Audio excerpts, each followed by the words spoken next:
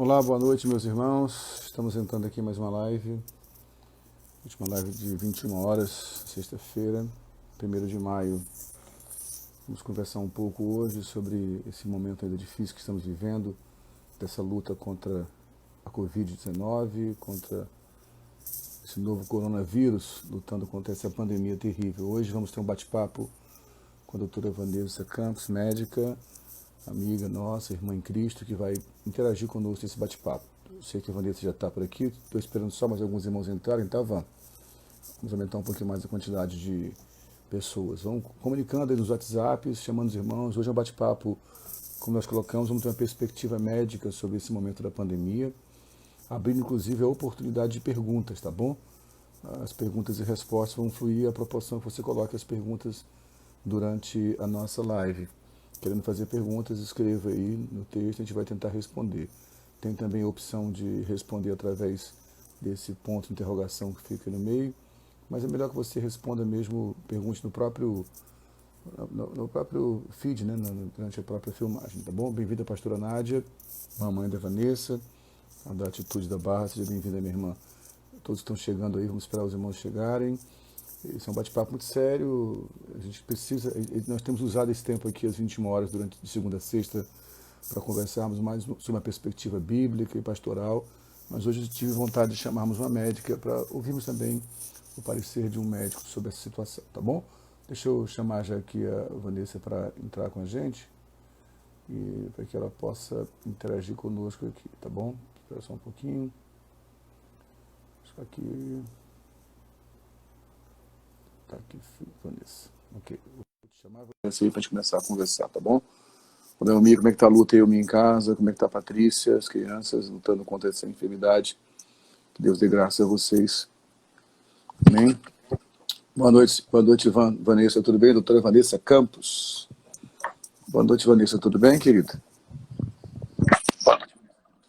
Tudo Você me jóia. ouve bem? Tá me ouvindo bem aí? Tá legal? Tô te ouvindo bem. Bem? Tô sim, graças a Deus. Então, Vanessa, bem-vinda ao nosso bate-papo. Nós temos tido aqui, Vanessa, algumas vezes, até vi que você acompanhou algumas lives nossas. Nós temos usado esse ambiente aqui para conversar, enfim, um tempo novo, né? Tempo da quarentena, as pessoas estão ficando mais reclusas em casa, aqueles que podem ficar sem trabalhar e ficar em casa, é melhor que façam assim. Então, um bom número de pessoas está em casa, muita gente de home office, muita gente chegando mais cedo do trabalho também. Então, nós temos usado todas as noites um tempo de bate-papo nas lives, porque entendemos que é uma forma de nos mantermos conectados, né? Então, assim, deixa eu tentar apresentar rapidamente a Vanessa, antes de dar uma boa noite dela com mais calma. A Vanessa é uma pessoa muito querida por mim, pela Patrícia, pela comunidade evangélica de Mesquita. Então, temos uma história longa. Tua formatura foi quando mesmo, de medicina, Vanessa, que eu preguei? 2002. Foi 2002, é isso? Então, Isso. 18 anos atrás, quando Foi. estávamos começando a 100. Né? Então, mas eu te conheci um pouco antes, né? Foi em 2001, acho. Eu já pregava lá nos Foi. cultos da... Então, são aí 18, 19 anos de relacionamento. E a Vanessa é uma pessoa muito querida pela nossa família, por mim, por Patrícia, por Ari, que chama ela de tia até agora, tia Vanessa, a É contragosto dela. verdade. E a Vanessa é muito querida, ela e o Luiz, tivemos o privilégio, eu e Patrícia, como eu falei aqui, eu tive a honra de pregar num culto em ações de graça na sua formatura de medicina, né, na igreja, quando estava começando ainda, a igreja na Barra, né, ligada à igreja Batista Monte Oreb, e no Hotel Gaivota, né.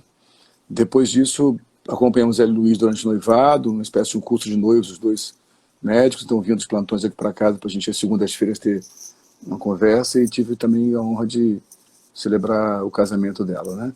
A tua irmã Patrícia já entrou cheia de coraçõezinhos, Patrícia já entrou aí te vendo já. A Luiz mesmo? Boa noite, Luiz, que bom ter você acompanhando a gente também. Então, a Vanessa ela é uma pessoa muito querida pela família, pela igreja, já fez muitos trabalhos nos abençoando, indo às viagens a Minas Gerais, né? Nossa missão, já se envolveu em várias atividades nossas, é alguém que nós amamos demais. É um prazer muito grande ter você com a gente, é uma honra, uma alegria muito grande realmente. Dá boa noite pra gente aí, pra gente começar a bater um papo, fica à vontade. Pastor, o prazer é meu estar aqui com vocês. Vocês são muito queridos e já participei de outros momentos com a pastora Patrícia no grupo das mulheres. E acho que é um bate-papo e se alguém tiver alguma dúvida e eu puder auxiliar de alguma forma, o momento é esse, né? Essa é a forma da gente se isolar, mas estar próximo das pessoas que a gente gosta, que a gente ama e que a gente quer cuidar. Durante muito tempo, mais um beijo para o Luiz, eu te amo, Luiz. Durante muito tempo, a gente até questionou essa questão das redes sociais, né, das mídias sociais, dos smartphones, causarem uma coisa estranha, porque as pessoas ficavam próximas dos que estavam distantes e ficavam distantes quem estava próximo, né, porque ficavam só se falando numa mesa de restaurante e, ao mesmo tempo, conversando no WhatsApp com outras pessoas. Hoje é o que nós temos, então que bom podermos usar a tecnologia para uma coisa boa. Vanessa, eu queria começar o nosso bate-papo. Fica à vontade, quando quiser interagir, como quem quiser fazer perguntas aí. A Fia está falando que você é muito parecida com a Patrícia. As duas são irmãs mesmo, irmãs de coração, e só nasceram de úteros diferentes, mas são irmãs do coração.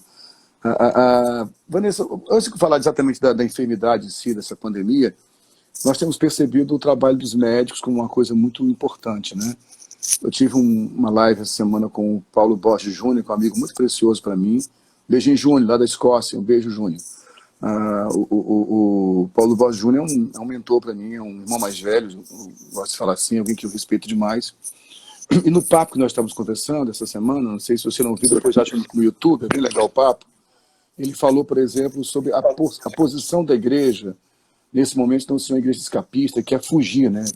Se utilizando de textos isolados como Tá, então, como, por exemplo, textos isolados. Eu até te convidei. Como o Salmo 91, do tipo, não que o Salmo 91 não tenha eficácia, mas não é essa a ideia, não é o momento da igreja querer fugir do problema. Não é só estar no mesmo mar, estar no mesmo barco, né? Vivendo a dor. Ele falou uma coisa: quem de fato está dentro do barco hoje são os médicos. São esses profetas, sacerdotes, que são profissionais, evidentemente, mas era facilmente poder escapar, fugir disso, dar um jeitinho. E eu tenho visto médicos, por exemplo, que são infectados, se tratam, se recuperam e voltam depois à carga. Nós temos tido muitas baixas nessa guerra de pessoas da área de saúde, não somente médicos, né? Enfermeiros, técnicos de enfermagem, maqueiros. Os administrativos também, o pessoal da recepção e toda essa leva está sendo contaminada e assim que melhoram eles retornam, né? Os que podem retornar. Isso. Vendo a importância da área médica, da área da saúde, eu queria bater um papo contigo antes de entrarmos na pandemia em si, para não darmos direto nesse assunto. Uma das coisas que eu falo muito aqui na igreja, Vanessa, é da importância de entendermos o papel da igreja fora da estrutura religiosa. Nós batemos muito numa tecla, e é uma coisa que eu falo muito. Por exemplo, na Idade Média, a igreja ela usurpava a mão de obra e o talento da cidade para a igreja. Então, às vezes, uma construção de uma catedral durava um século, e toda a mente empreendedora da cidade, toda a capacidade criativa da cidade ia para a construção daquela catedral. E durante muito tempo nós criamos aquele conceito de trabalho secular e trabalho sagrado, né? Trabalho santo. Então, o trabalho do pastor, do missionário, do profeta é um trabalho sagrado, o trabalho do médico, do pedreiro, do engenheiro é um trabalho secular, não é tão sagrado assim.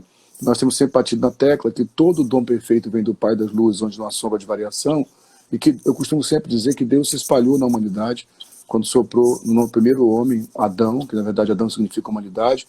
Ele soprou o espírito de vida, né, o Ruach, né, o Nefesh, o espírito, e fez o homem ser um ser vivente. Então o próprio Espírito de Deus foi soprado em nós. Então eu gosto de pensar que Deus, ele, que é o dono de toda a sabedoria, se espalhou na humanidade. Não é para que todos sejam pastores, nem todos têm que ser pastores. Aliás, todos são pastores, quando apacentam pessoas, mas não pastores como ofício ministerial ou como clero. O conceito de clero laicado é um conceito romano, na verdade. E aí havia no inconsciente das pessoas, na cultura grega, do que eles chamavam do que é sublunar e supralunar, né?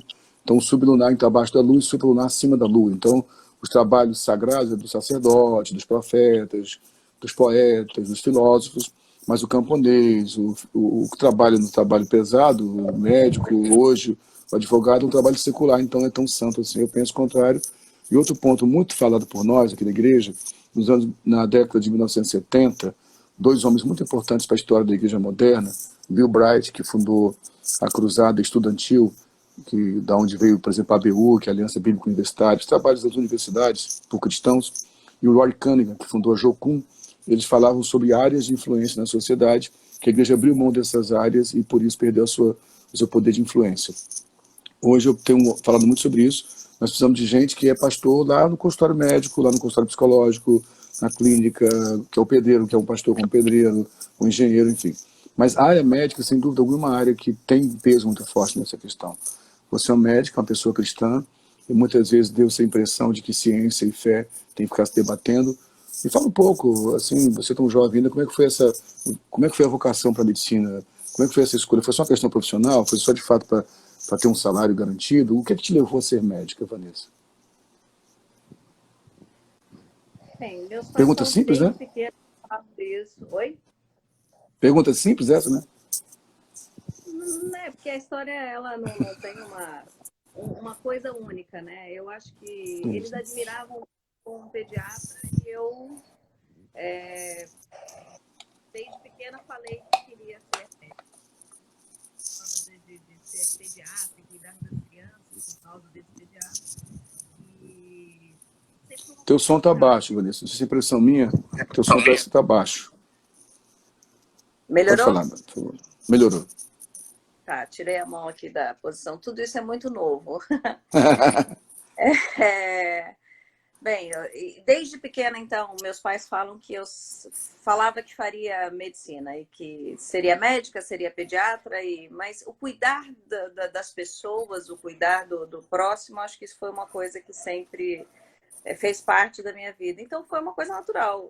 Na realidade, quando chegou na época do vestibular, era medicina e não foi de imediato que eu entrei, mas continuei tentando, entrei, fiz e é isso. Então, nunca foi pensado no salário e sim no que eu tinha como vontade, como entendimento de vocação mesmo.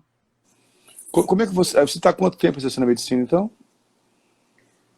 18 anos de formada, É, 6 anos de faculdade. que na verdade quando o médico assim que se forma, eu sempre confundo, né? Eu tenho 6 anos de faculdade, começo o que eles chamam de residência, né? Que a residência seria a A especialização, é especialização, isso? Né? Mas isso, já tá atuando, né? já. Na residência. Tá. Então, esse tempo todo de trabalho, Vanessa, como é que foi para você conciliar a tua fé, que trabalha, por exemplo, coisas espirituais e a possibilidade de curas milagrosas e mesmo da vida eterna, né? Enquanto que a medicina está muito focada aqui no presente. Em algum momento isso foi um conflito para você, Vanessa?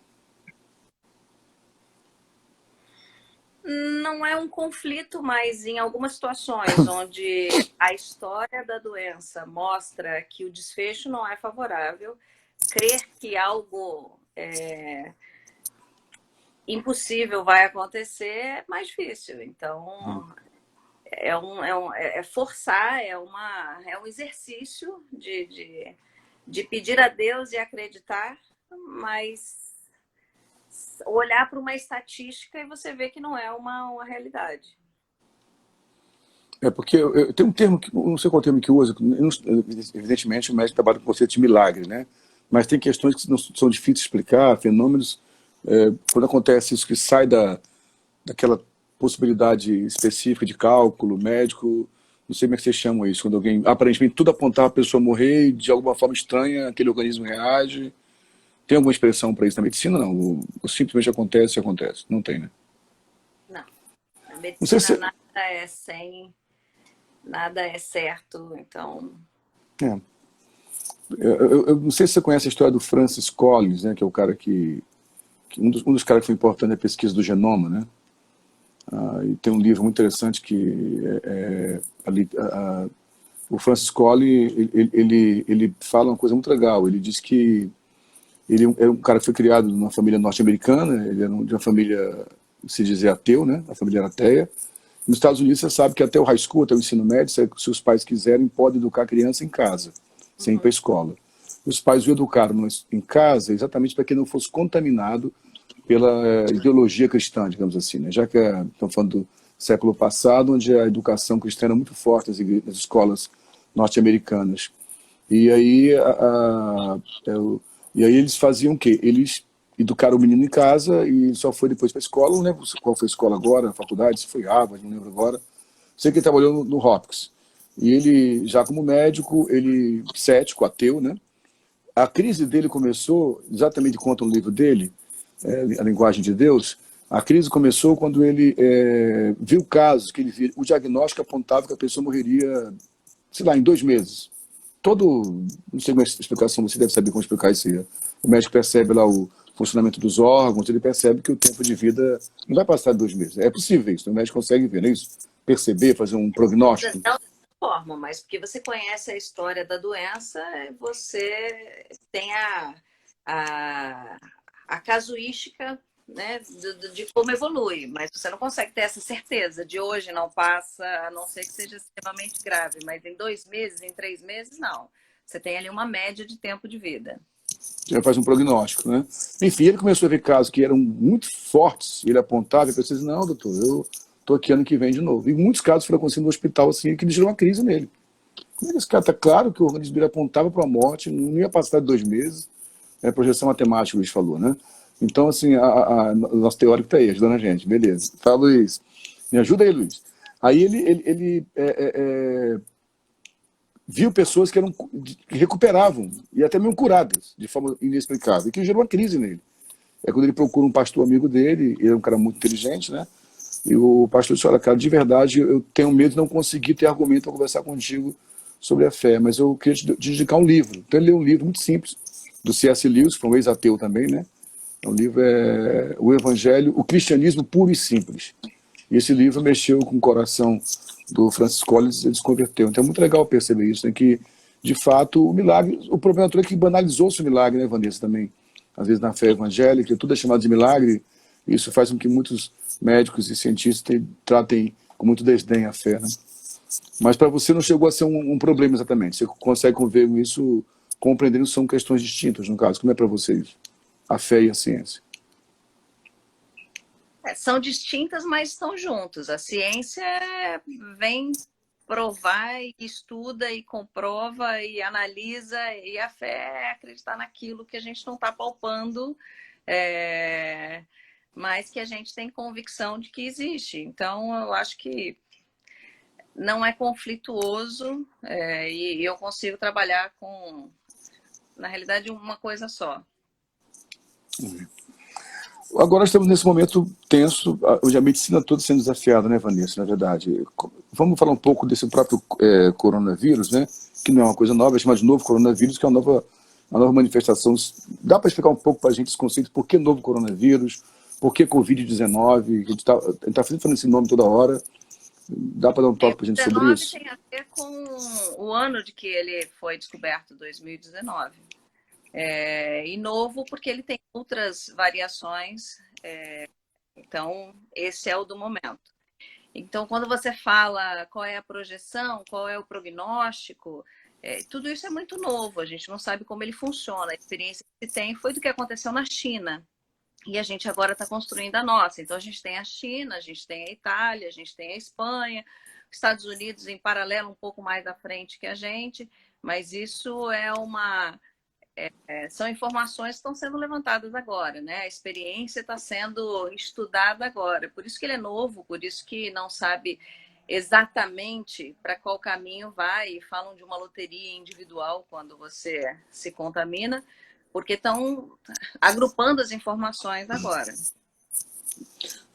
Você tem se comunicado com médicos de outras regiões, de outros países? Tem tido algum tipo de comunicação? Ou pessoal, através da própria da equipe profissional, né, da equipe médica, tem tido alguma comunicação, vocês, fora do Brasil? O que a gente tem é das publicações que foram feitas na China e relatos de outros países, né? Diretamente, alguém pessoal que eu tenho fora, não. Vi uma live de um colega que está morando nos Estados Unidos e que deu uma pincelada em algumas outras coisas, não foi técnico, não falou de nenhum trabalho publicado, mas falou de percepções de vida dele lá, mas só isso. E como é que você está vendo o ambiente médico aqui no Brasil, com os teus colegas? Como é que está a situação? Como é que estão se sentindo? Qual é o teu sentimento, a sensação sobre o que está acontecendo, Vanessa? Bem, a saúde do Brasil, ela já estava deteriorada, né, pastor? Quando você vê que faltam médicos, mas desde que eu me formei, então nós estamos falando de 18 anos, eu acho que nos primeiros anos houveram concursos. Hoje você não tem mais médicos da instituição, né, do serviço público. Então são médicos que são contratados, temporários. Você não vê o compromisso com o serviço. E por isso que hoje falta compromisso de toda parte. Não existe carreira de médico. E eu acho que isso, quando a gente olha, é um cenário que já existia. A gente já ouvia todo dia de manhã no jornal dizer que estavam à procura de vaga, estava sem leito. Então, isso não é nenhuma novidade, né? O que está acontecendo agora. Só exacerbou porque a quantidade de pessoas infectadas, quanto maior é o percentual das pessoas que vão precisar de internação hospitalar. Então, por isso fica chamando atenção esse número todo, mas esse sucateamento da nossa saúde, ele acontece já há muito tempo. Nesses 18 anos de formado, eu acho que a gente já compartilhou isso algumas vezes e o cenário não teve nenhuma melhora, muito pelo contrário, ele só piorou. Eu não tinha me atentado para esse detalhe, é verdade. Não tem tido concurso para médicos, né, para o SUS, né? São todos contratados, então. São todos contratados, Proes, no por caso, né? organização de saúde, que de repente... Não sei se você lembra, logo no meu primeiro trabalho, eu a cada 4 ou 5 meses eu era demitida e contratada de novo. Você lembra que a gente chegou a falar disso? Para não ter vínculo empregatício, mas para não ter carreira dessa pessoa ali. Então, os médicos mais velhos estão se aposentando. Em alguns hospitais tem médicos acima de 60 anos que estão agora ficando... diminuindo a exposição, porque eles também acabam ocupando um grupo de risco, mas para ocupar essas vagas, você está fazendo contratação, e contratação de pessoas sem vínculo, sem a história com a instituição. Isso tudo eu acho que colabora para esse cenário que a gente se encontra agora, né, que não é favorável. A gente vinha, como você falou, havia um caos na saúde pública, né? Mas a preocupação maior é exatamente essa. Já havia um caos. E diante de uma demanda exacerbada como essa, é uma loucura. A gente fica muito angustiado em perceber as notícias das pessoas aguardando um leito de UTI e sabendo que aquele leito faz a diferença entre a vida e a morte daquele paciente, daquele indivíduo, né? Como é que a galera está, o pessoal da medicina que você conhece, alguém que está mais diretamente envolvido? Está todo mundo muito estressado e não são só os médicos. A gente tem desde o pessoal da recepção, do administrativo que abre a ficha e faz todo o controle de informação, porque todo mundo é uma cadeia onde o processo todo é dependente, né? Não é só o médico ali, mas toda a equipe de enfermagem, equipe de higiene é super importante, está todo mundo com medo. As pessoas estão se contaminando, porque não tem jeito, não tem esse treinamento desse cuidado que precisa ser, nunca foi, não é uma coisa enraizada na nossa cultura, né? Nós somos pessoas de toque, né? Nós abraçamos, nós encostamos na mão do paciente que chega ali e às vezes auxilia. Então, eles estão com um cuidado redobrado, mas se contaminam. A exposição é inevitável. Então, todo mundo bem estressado. Médicos que trabalham direto com a unidade de Covid estão fora de casa, estão separados da família, e isso gera mais angústia ainda, né? Não saber em que momento vai poder retornar a sua normalidade, né? Porque eu acho que o normal não retorna mais, mas retornar a sua normalidade. Os médicos trabalham em UTI, como é que fala mesmo? É intensivista que fala isso? Intensivista? Sim. Então, esses então estão direto no front mesmo, né? Eu sei que todo mundo está sendo afetado, desde o recepcionista. O enfermagem, o enfermeiro da unidade de terapia intensiva. E dentro dos hospitais estão separadas as unidades Covid, né? Não é só a terapia intensiva. Os pacientes que não estão em respirador e que estão internados, você tem agora o nosso irmão aí da igreja que está em quarto, já porque saiu do CTI, ele está na unidade Covid. É uma unidade onde tem uma exposição maior.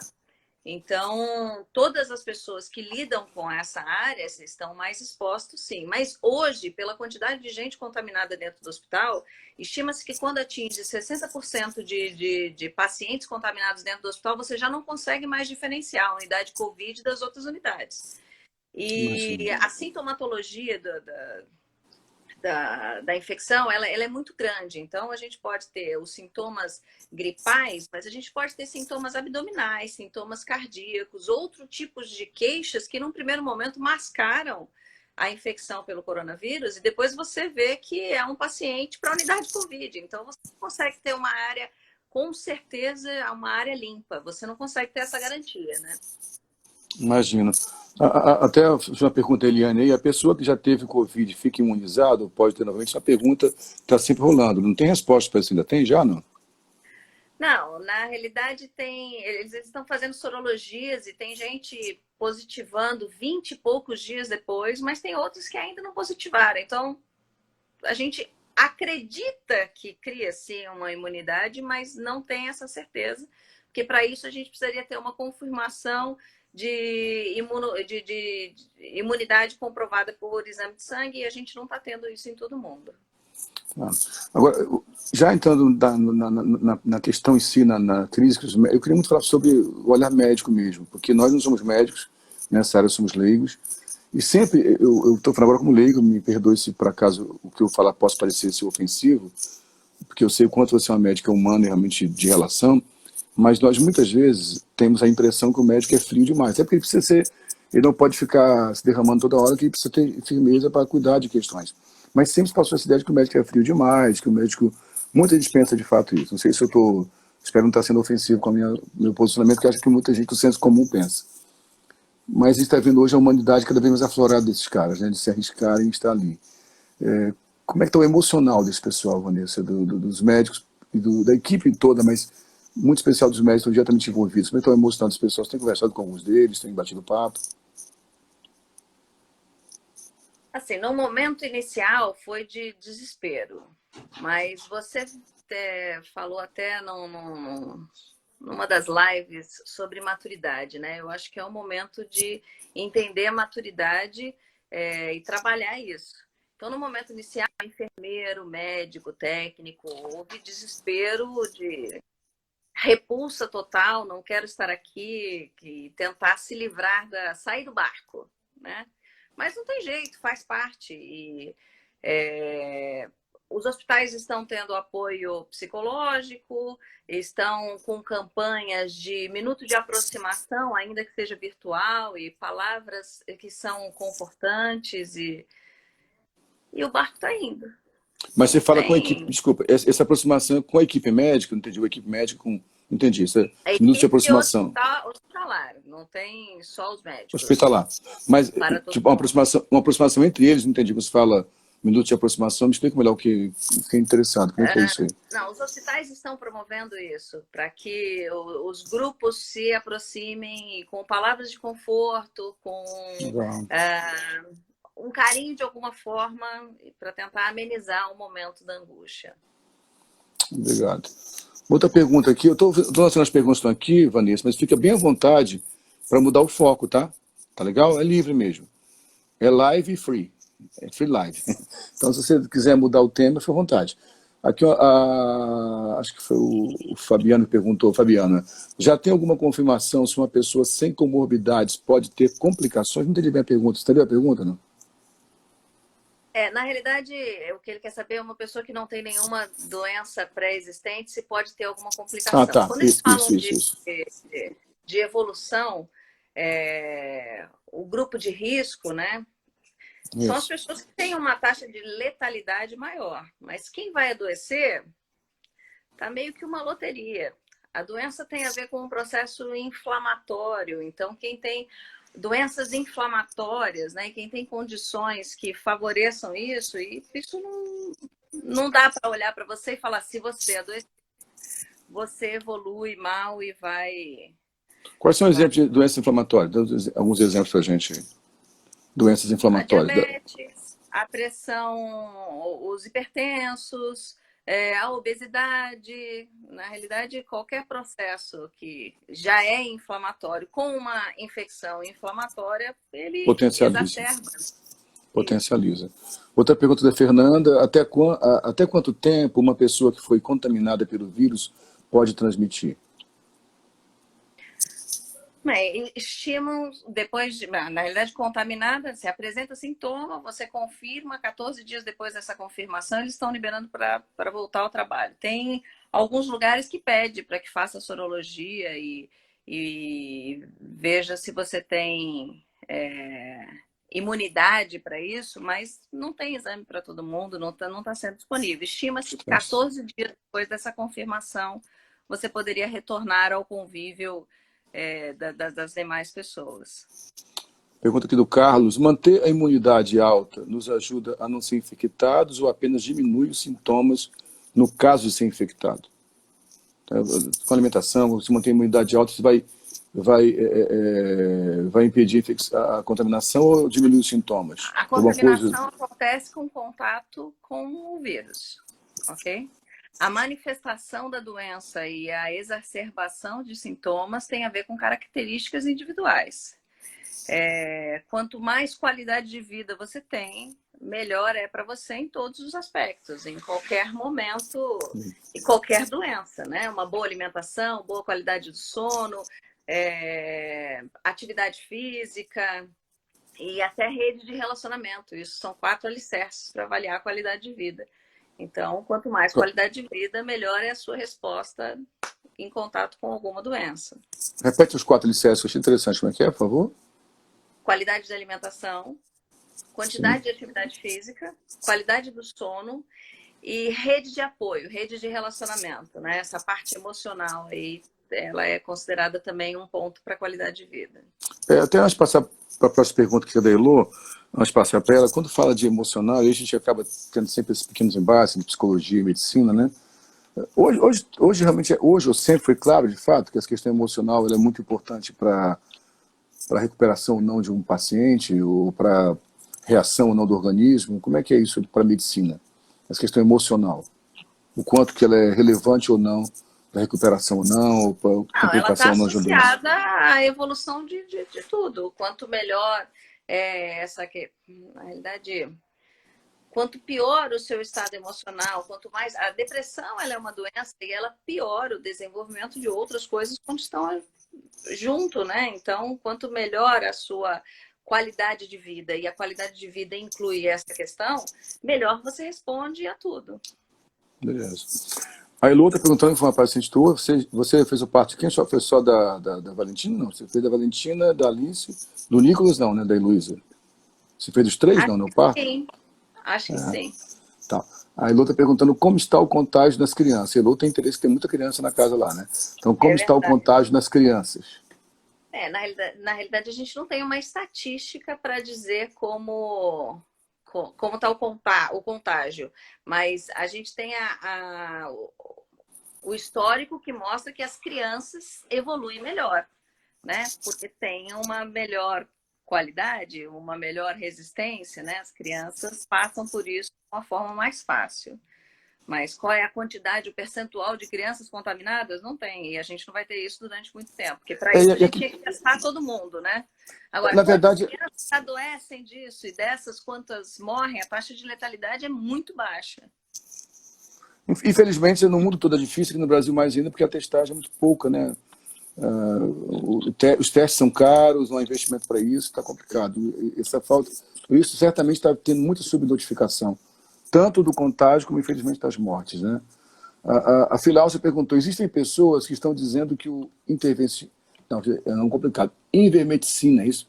Ivermectina, Astro, Anita, estão matando... É isso aí. Astro, Anita, estão matando o vírus. É isso? Isso procede? Não sei. Traduz o grego desse nome complicado aí. Meu negócio é teologia e psicologia.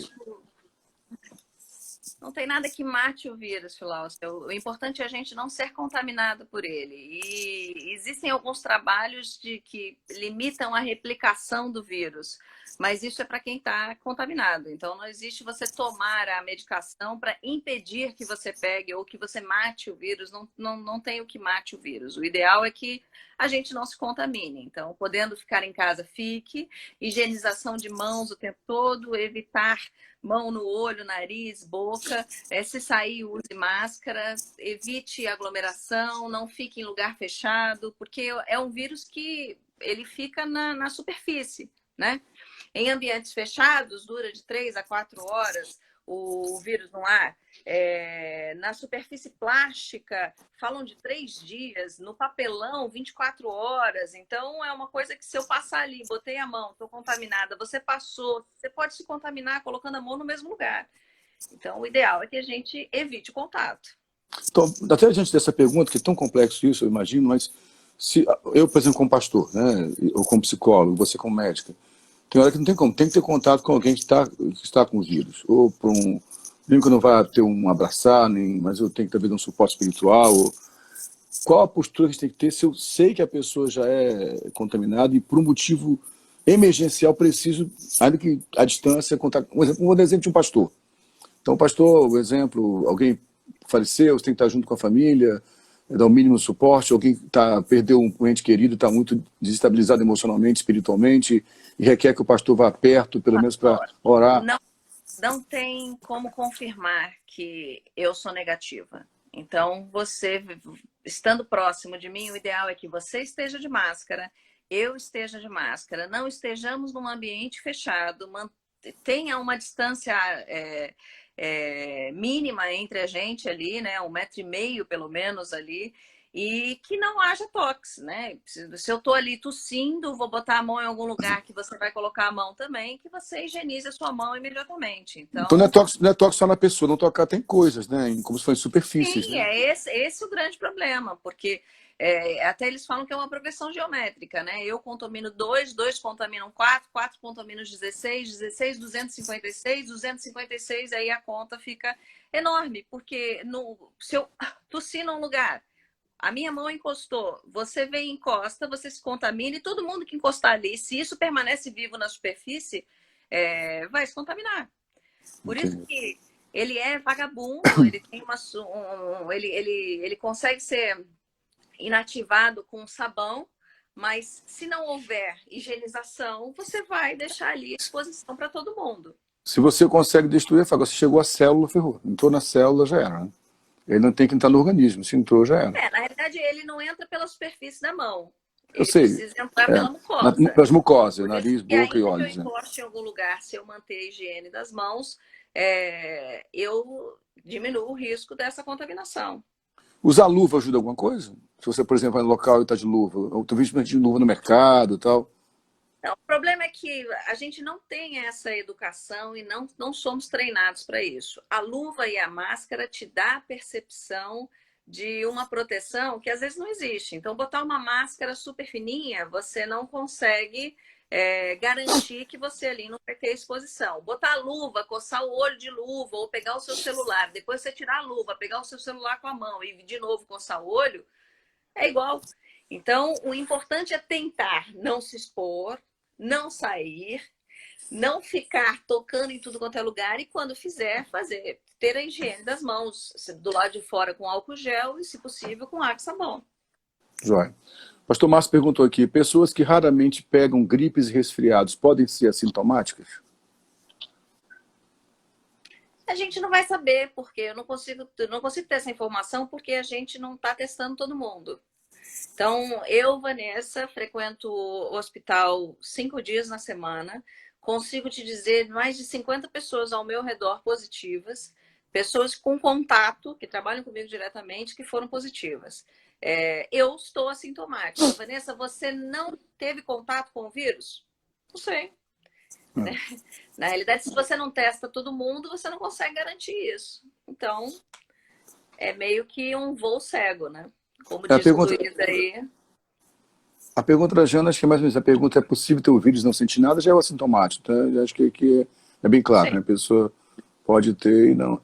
A Elo lembrou que foi mãe que fez o parto dos 3. No caso como é novo, tudo pode. É possível tudo. É possível não sentir nada, é possível sentir muito, é possível ser jovem e morrer, é possível tudo. Então a gente não consegue fazer nenhuma afirmação certa. É tudo novo, né? Pegando essa frase que o Luiz usou à frente aí, né? Para quem não está lembrado do começo, o Luiz é a esposa da Vanessa, que é médico também. Ele falou que o Brasil está no voo cego. Isso me preocupa muito, na verdade, porque... E aí entra uma questão, Vanessa, que por mais que seja polêmico que eu vou falar agora aqui, de novo, o que está vivendo dessas ambiguidades das informações, né? Enquanto nós vemos a OMS sendo clara contra o isolamento social, os países que mais sofreram foram aqueles que retardaram o tratamento com o isolamento social, para não ter que chegar ao lockdown, ter que fechar tudo. Nós tivemos uma troca do ministro da Saúde, porque defendia o isolamento social, enquanto o presidente era contrário. E agora o novo ministro acabou de declarar hoje, ou ontem, não sei, né, o Taishi, que talvez temos 1.000 mortes por dia e que não tem solução senão isolamento social. Então, assim, há muita informação truncada. Sempre gente, surgem vídeos aos loucos em fake news, porque não é bem assim, se tantos por cento forem contaminados, vai criar anticorpos, os anticorpos vão ser o bastante para que um defenda o outro, vai ter que morrer todo mundo mesmo, então é melhor que morra tantas pessoas. Então, qual a importância de fato do isolamento social para a prevenção desse contágio, Vanessa? Pastor, se eu conseguisse uma hipótese, ok? Se eu conseguisse testar todo mundo, então eu passo a sua casa, testo de manhã, vocês dois, você positivo, fica em casa, ela negativa, ela pode sair. Eu consigo garantir que a disseminação vai ser controlada. Sem testar todo mundo, esquece, não tem como. Então, os melhores resultados você vê onde foram mais testados. Aqui a gente não tem como garantir. Como pode qualquer tipo de manifestação de sintoma, e até não ter sintoma e ser positivo, a gente não consegue ter essa segurança para dizer que liberando agora você vai ter um bom resultado. Eu entendo que uma gestão está preocupada com a parte econômica e eu acho que serão momentos difíceis. Mas o ministro da Saúde ele é médico para que ele tenha essa visão e consiga dar uma orientação do que... Ele não está falando que economicamente vai ser tranquilo e fácil. Ele está falando que, do ponto de vista médico, do ponto de vista da saúde, se não parar a maior parte das pessoas agora, vai morrer muito mais gente, não porque se contaminou, mas porque não vai ser atendido. Tem alguém que pergunta ainda falta? Falta. A EPI, né? Os EPIs. Então, assim, tem que ser avaliado por região. O Rio de Janeiro já tinha uma saúde sucateada, já faltavam leitos antes, agora muito mais, e na rede pública e privada, não é só na rede pública.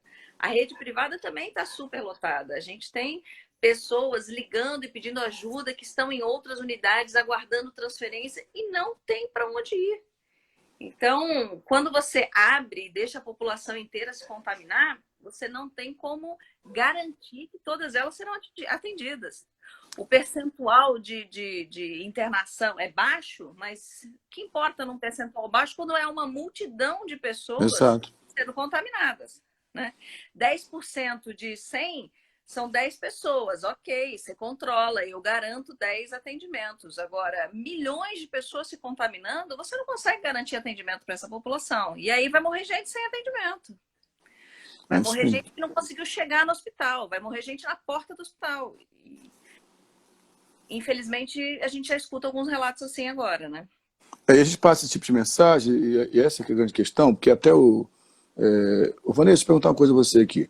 Está com 43 minutos. O papo é papo a mais de metro. Se acontecer de completar uma hora, a gente pode começar outra live logo em seguida? Está afim? Rola? Sim, topa? lá. Tá. Porque eu acho que é legal esse papo. Vamos cortar agora não. Eu até já quero deixar pré-agendar depois com o Luiz também. Fala com ele, tá? Eu acho legal esse papo com o médico, ouvir um pouco perspectiva médica também. Então, por exemplo, a Fernanda falou assim, como vocês imaginam ou acham que será quando acabar o isolamento social? Eu queria falar um pouco...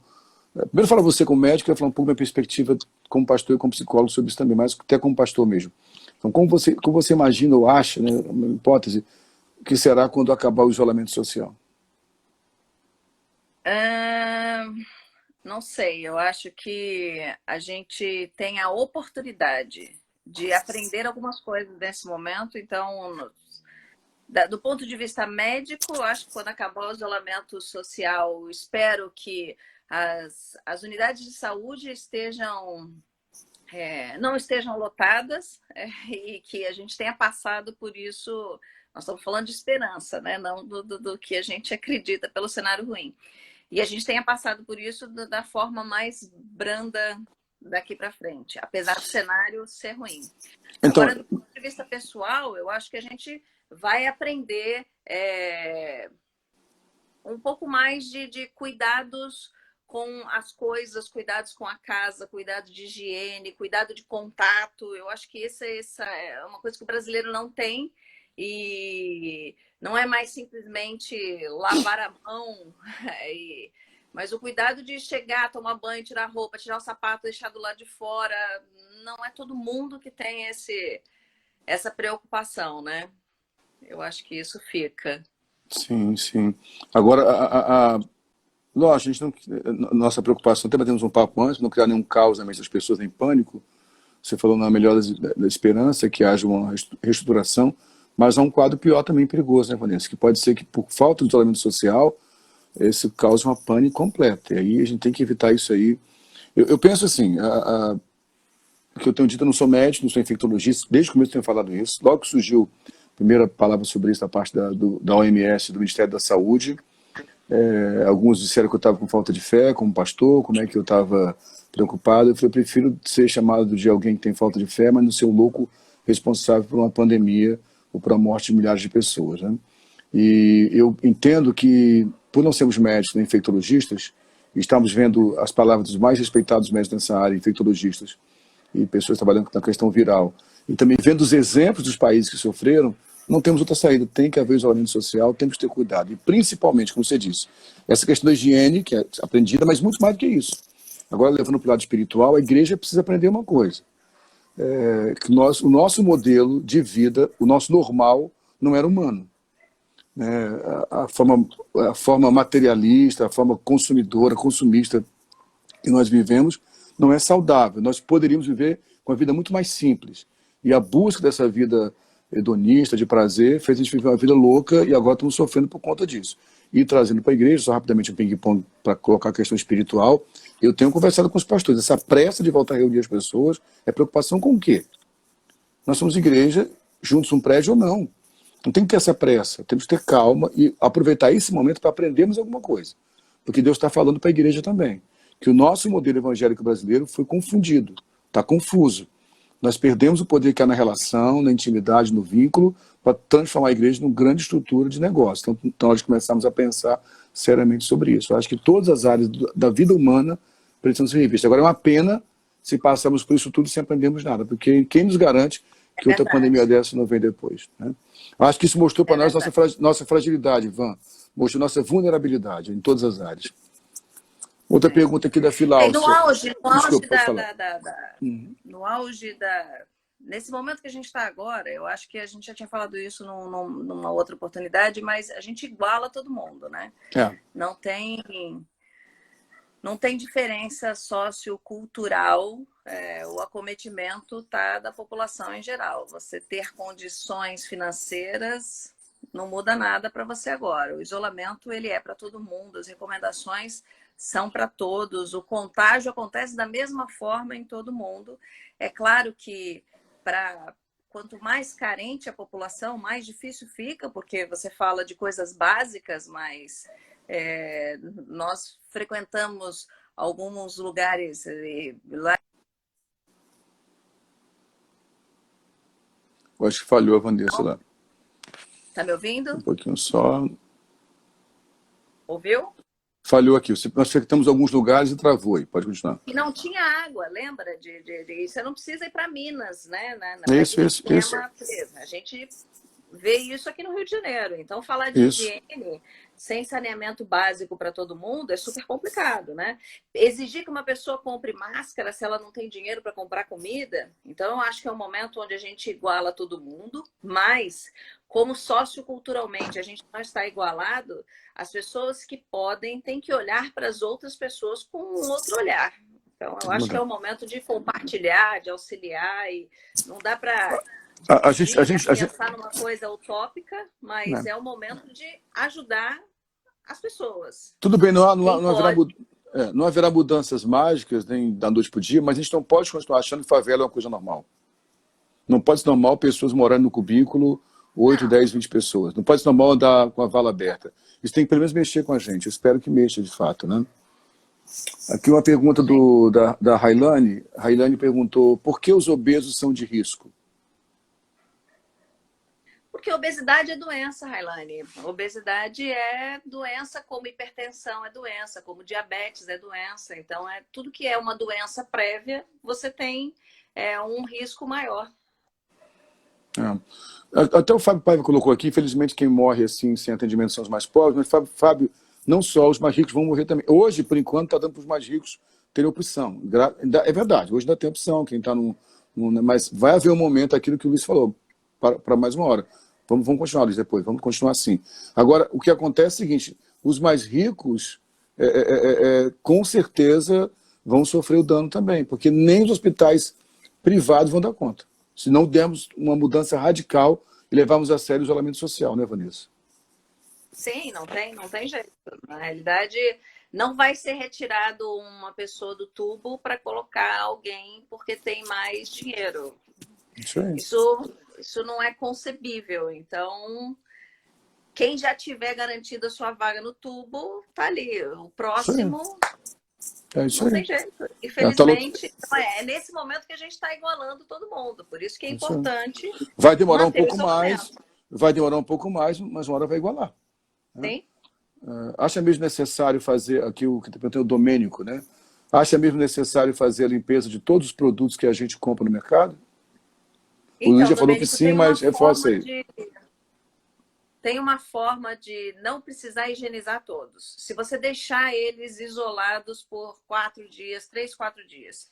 Entendendo que no plástico você tem a permanência do vírus por até 3 dias, se ali tiver tocado alguém positivo, pode ter vírus ali, então a gente não consegue garantir. A recomendação é que tudo seja higienizado. Se não for higienizar, deixa isolado. Daqui 3 dias você tira da despensa as sacolas e aí começa a guardar. Então, essa é uma outra forma de fazer. É claro que o que é de geladeira não tem jeito. Você vai ter que lavar assim que chega e para colocar na geladeira. Mas o restante, você pode deixar num quartinho e esperar os 3 dias para poder manipular. A Fernanda perguntou como estão as pessoas que estão em tratamento de doenças que não são Covid, como, por exemplo, quem tem quimioterapia, hemodiálise, né? Os tratamentos continuam? Como é que está a situação com esse colapso todo que tem? Os tratamentos continuam. É claro que essas pessoas têm que ter cuidados redobrados. Eu faço um atendimento na quarta-feira e tem bastante mulheres em quimioterapia, que é no ambulatório de Mola da Maternidade Escola, e as orientações são reforçadas o tempo todo. É claro que a gente está tentando espaçar, a gente está tentando evitar a exposição das pessoas, mas não tem jeito. Elas precisam continuar sendo acompanhadas. E nesse momento, esses casos serão. Então, gestantes de alto risco, pacientes em quimioterapia, pacientes que precisam de hemodiálise, todas essas vão ter consultas e manutenção do tratamento, porque não tem outra opção. Mas tem que tomar muito cuidado, porque são pessoas com risco à exposição, né? Agora, alguns tratamentos ambulatoriais pararam, né? Mais simples, que não é emergencial, isso parou. Você ir no médico só para se consultar, para poder estar com uma pequena dorzinha na garganta, ou pequeno mal-estar, ou continua existindo ambulatorial? Em alguns lugares, sim. Na rede pública, a maior parte parou. Só tem a emergência aberta e esses ambulatórios específicos aí. Mas alguns consultórios médicos estão atendendo com restrições, né? Horários espaçados, que as pessoas utilizem máscara, higienização do consultório entre as consultas. Então, o ideal é que você faça um contato prévio para informar os seus sintomas e realmente só vai necessidade, né? Uma consulta de rotina nesse momento não tem o menor cabimento, se você não é uma pessoa doente. O Luiz está atendendo em quê? O Luiz falou que eu estou atendendo em que o Luiz está atendendo? Em que área específica nesse momento? O Luiz é cardiovascular, não é isso? Continua fazendo, né? Tá. O pastor Edson perguntou se além do álcool e sabão, o que pode ser usado para limpeza de alimentos? Nas compras, quando é comprado as compras, né? Para limpeza das compras, eu acho que tem outros materiais, não é isso?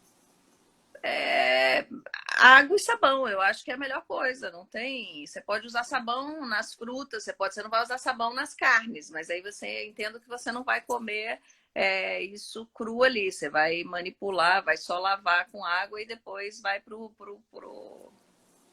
para cozimento, né? Mas o restante é água e sabão, não precisa usar. Você pode usar água sanitária? Pode, mas água e sabão te atende bem.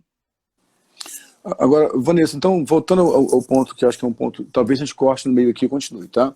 Já estão 54 minutos. Então, por isso que eu insisti um pouco mais nessa questão do isolamento social, que é uma polêmica, que está em uma discussão constante. E muita gente está colocando a ideia de que não está tão grave assim, que não precisa desse isolamento todo, né? Mas como é que está isso? Como é que está esse... Há 30 dias atrás, eu mandei uma mensagem para todos os meus familiares de São Paulo e falei sobre a importância do isolamento e reforcei com todos eles.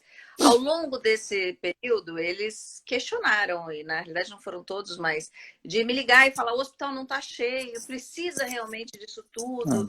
E na realidade, você pensa que hoje é o reflexo de 15 dias atrás, né? Porque você se contamina para depois ter a manifestação e exacerbação dos sintomas. E não é quando começa o sintoma de imediato que você vai para o hospital. Você vai para o hospital normalmente uma semana depois.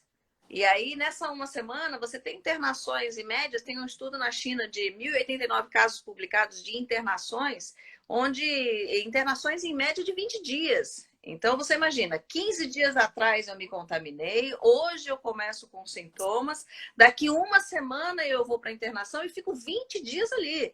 É muito tempo ocupando um sistema, não dá para atender todo mundo, sim. Então, eu só vou sair agora, mas daqui 15 dias você está no grupo de que se contaminou agora. Então, é para tomar cuidado mesmo.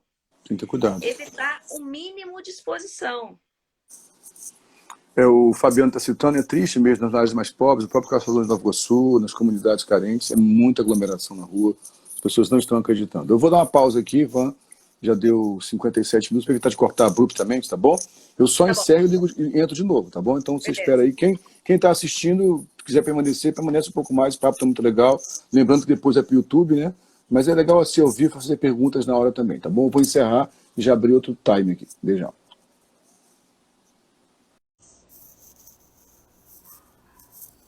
Nós já voltamos aqui. Quem puder entrando de novo para a gente continuar o assunto com a doutora Vanessa Campos, médica, cristã, está batendo um papo conosco aqui hoje. Boa noite a todos. Vamos voltando para a nossa live, para o último período, o segundo tempo aqui com a doutora Vanessa Campos.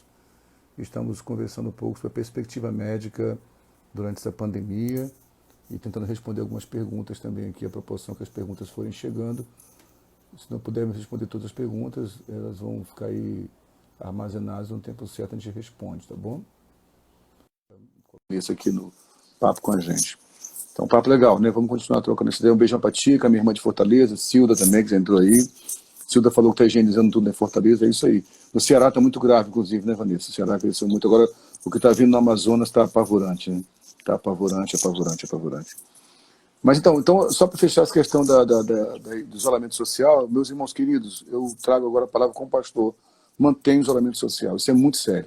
Eu tenho andado muito preocupado com a postura de alguns pastores, estão brigando por essa volta para os templos, como se dependesse dos templos. A igreja não depende do templo, o templo é importante nos encontrar, mas a igreja somos nós, sim. É lógico que faz falta nos encontrarmos, é lógico que a nossa fé é uma fé relacional, mas o que temos aqui é isso hoje. Temos que ser responsáveis com isso, as pessoas não podem ter aglomeração. Como é que a gente pode garantir 200, 300 pessoas não vão se tocar, que não vão transmitir uma para outra? Se eu posso evitar, tem que evitar. Acho que a igreja tem que se ressignificar nessa hora, entender o seu papel como luz e sal. Temos que ter uma palavra de esperança. É muito triste ver, por exemplo, que está vendo o nosso cenário político. Vemos um país órfão de paternidade, porque as figuras paternas que nós temos são os três poderes, né? O executivo, o legislativo e o judiciário estão brigando como crianças, se engalfinhando. É uma pena que esteja acontecendo, mas precisamos que a igreja tenha uma palavra sensata e de equilíbrio nesse momento.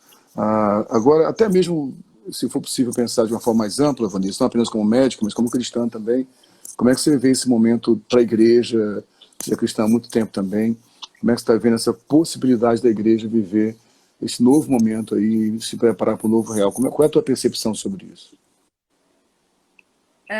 Pastor, eu acho que, na realidade, a gente criou estruturas muito megas, né? Então, a gente precisa de um super coral, uma super banda, uma super apresentação, e a gente está vendo que não é isso, né? Esses encontros. A igreja originalmente era familiar, e os templos foram surgindo, e hoje perdeu-se essa questão familiar, e agora nesse momento não tem outra opção. Então está sendo forçada que convivam em família e congreguem em família, né? A família da casa, restrita ao domicílio.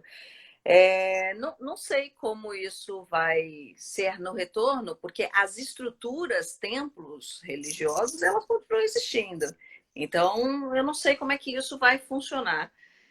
Mas eu acho que é o momento da gente analisar o que é realmente necessário, né? O que a gente precisa, né? Será que Deus me escuta melhor lá naquela estrutura? Ou então o louvor tem que ter toda aquela... É claro que é bonito, é claro que é legal, mas será que tem que sempre ser assim?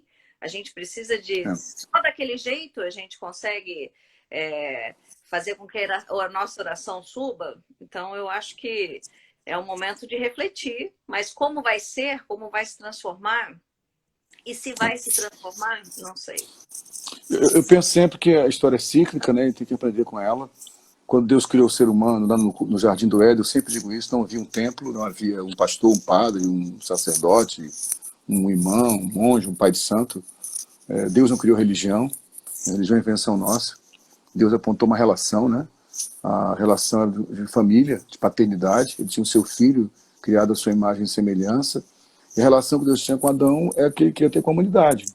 E até que entrou o pecado nos separou de Deus, e o sistema religioso, desde que Adão construiu suas folhas de parreira para cobrir sua nudez, sua autojustiça, nós temos inventado estruturas que nos aproximem de Deus.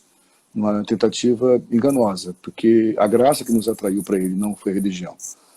Depois surgiu todo o movimento que havia até um propósito do judaísmo para apontar o quanto fomos longe de Deus, tanto com o tabernáculo, depois com o templo, apontando lá o pátio, o santuário, o santo dos santos separado com um véu espesso, todo aquele cerimonial dos sacrifícios, a indumentária dos sacerdotes, tudo muito bonito, muito belo. Jesus vem para mostrar isso é o caminho. Isso aqui foi só uma figura, perdão, o caminho é simples. Quando é que o Cristo começa a sua relação com a humanidade? Quando é que ele se revela como Cristo primeiro? Quando ele se batiza nas águas do Rio Jordão, logo depois que tem um encontro com João Batista. Ele sai dali e 2 discípulos de João Batista procuram Jesus e perguntam: onde o senhor assiste? Onde o senhor dá atendimento? Ele vem ver, ele leva ele para a casa deles. Então eles passam a tarde juntos, a noite juntos, conversando, na casa que Jesus morava lá em Cafarnaum, talvez fritou um peixinho lá, com pão, enfim. De manhã eles saem dali tão impactados daquele encontro, que não foi num templo, e já procura a primeira pessoa que vem e olha, encontrei alguém que talvez seja o Messias. E essa foi a relação do Cristo. Ele vai embora, não deixou nenhuma estrutura de clero, né? Ele não deixou um presidente da igreja, era um colegiado, 12 homens, que se relacionavam com um grupo maior.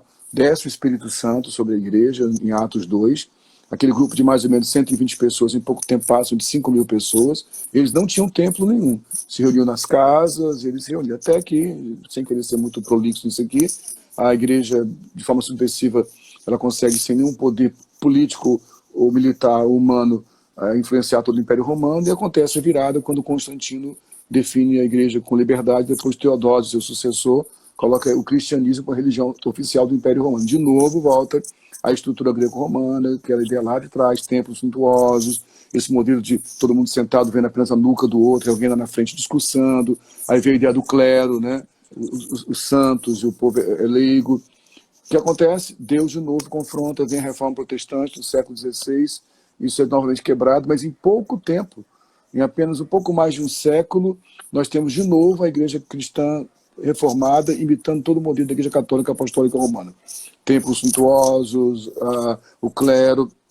Eu penso, talvez seja até um delírio meu, uma esperança muito, uma utopia, que Deus pode estar usando esse momento para uma freada de novo, brusca, para dizer, não é isso que a gente quer, vamos voltar para a relação. Agora, assim como aconteceu com o judaísmo, que não morreu, ele tem uma forma diferente, vai estar lá, toda a liturgia judaica permanece, assim como aconteceu com o romanismo, que não morreu depois da reforma, vai acontecer com o movimento evangélico, que vai continuar aí com templos suntuosos. Mas eu tenho muita esperança que saia disso líderes jovens que entendam que a igreja não precisa disso tudo. É preciso da relação, como você falou, ficou pesado demais. Para manter essa máquina pesada, o investimento é caro demais. Nós tivemos vários funcionários da igreja sendo contratados. Precisamos voltar. Isso aqui é a relação. Essa é a minha esperança, de fato.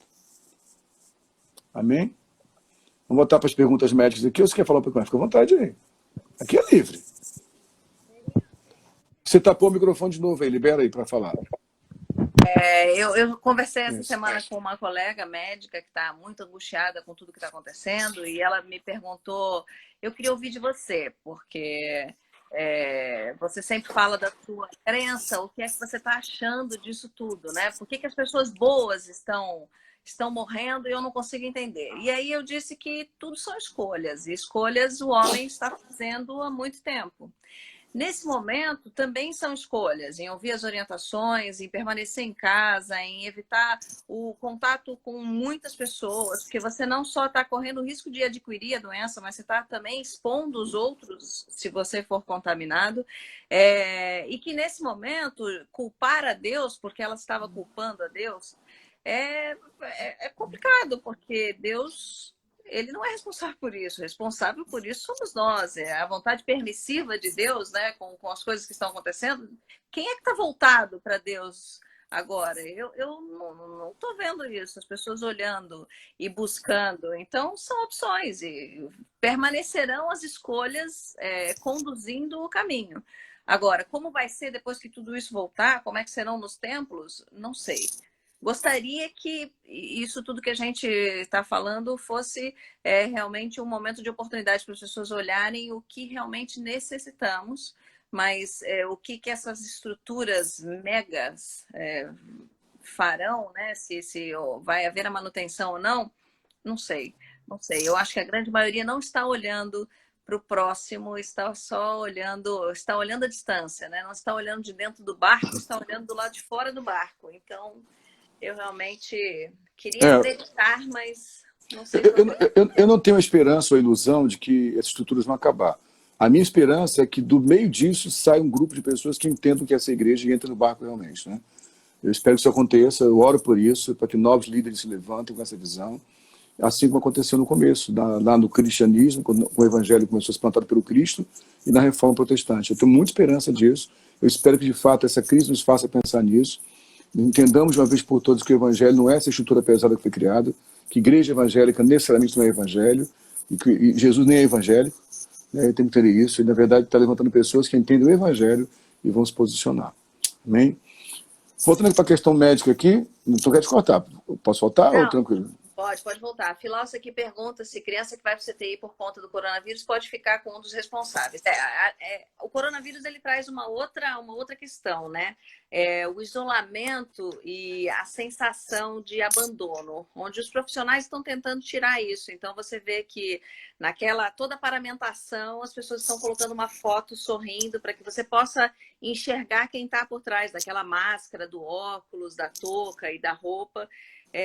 Mas, de uma forma geral, a unidade Covid não tem acompanhante.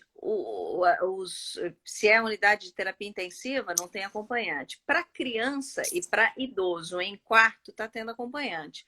Isso é na tentativa de que a gente não exponha os familiares, né? Não pode ter acompanhante, não pode ter visita, para que as pessoas não sejam expostas e não sejam fontes de transmissão de dentro do hospital para fora.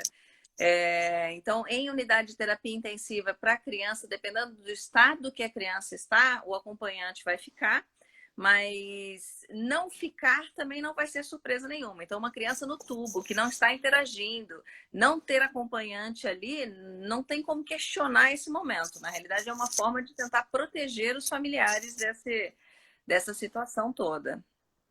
Mas à frente, a Fernanda tinha perguntado lá em cima qual o risco de agravamento da doença de crianças e pré-adolescentes que têm bronquite asmática ou alérgica. Até colocando pelo fato de ser criança e adolescente, né?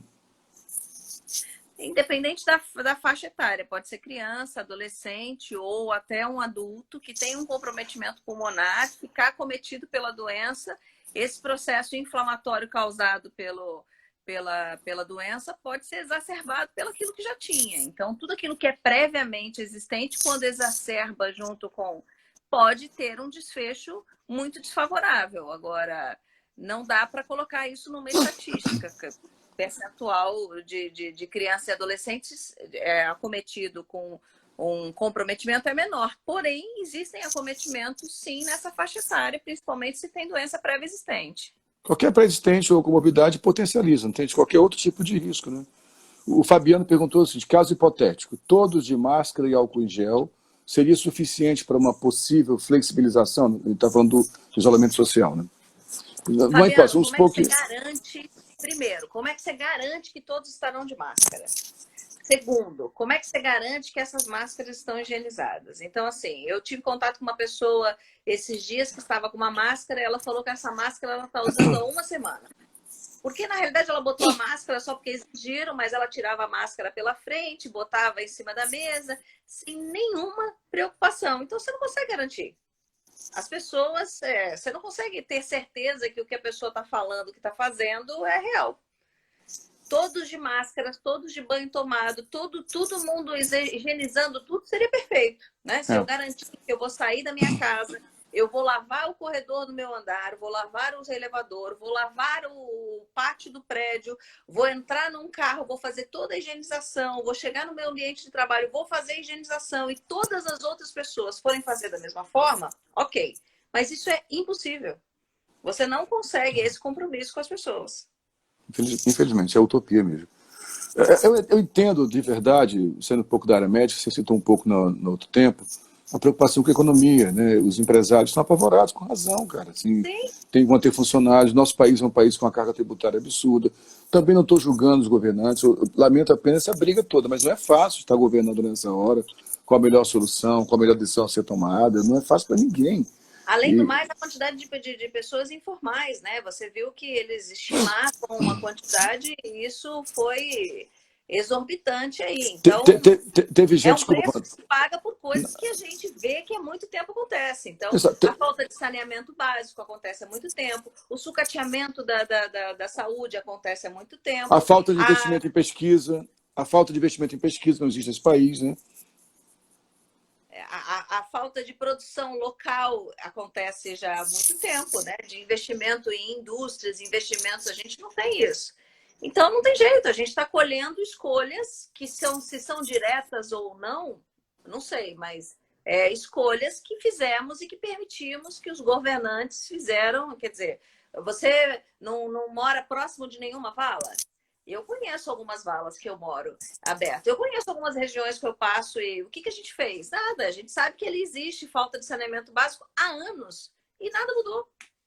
Sim. Não, e assim, que você falou, são as nossas escolhas, né? Foram mal elaboradas de toda a sociedade. O Salmo 115 diz, eu gosto sempre de citar isso, que os céus são os céus do Senhor, mas a terra ele a deu aos filhos dos homens. Isso é nossa responsabilidade. O maior equívoco nesse momento é encontrar culpados, e eu vejo briga nas redes sociais o tempo inteiro para encontrar culpados. Culpado é o Bolsonaro, culpado é o João Dória, culpado é a Globo, culpados são os chineses, culpado é a esquerda, culpado é a direita. Gente, para com isso. É hora de se responsabilizar, cada um de nós. E é uma questão sistêmica, né? É isso que a gente precisa entender, a perspectiva sistêmica. O todo afeta as partes, mas cada parte afeta o todo. Então, o que esse vírus causou, nós temos falado desde o começo, Vanessa, é que ele afetou o nosso sistema, todo o sistema, de saúde, sistema econômico, sistema político.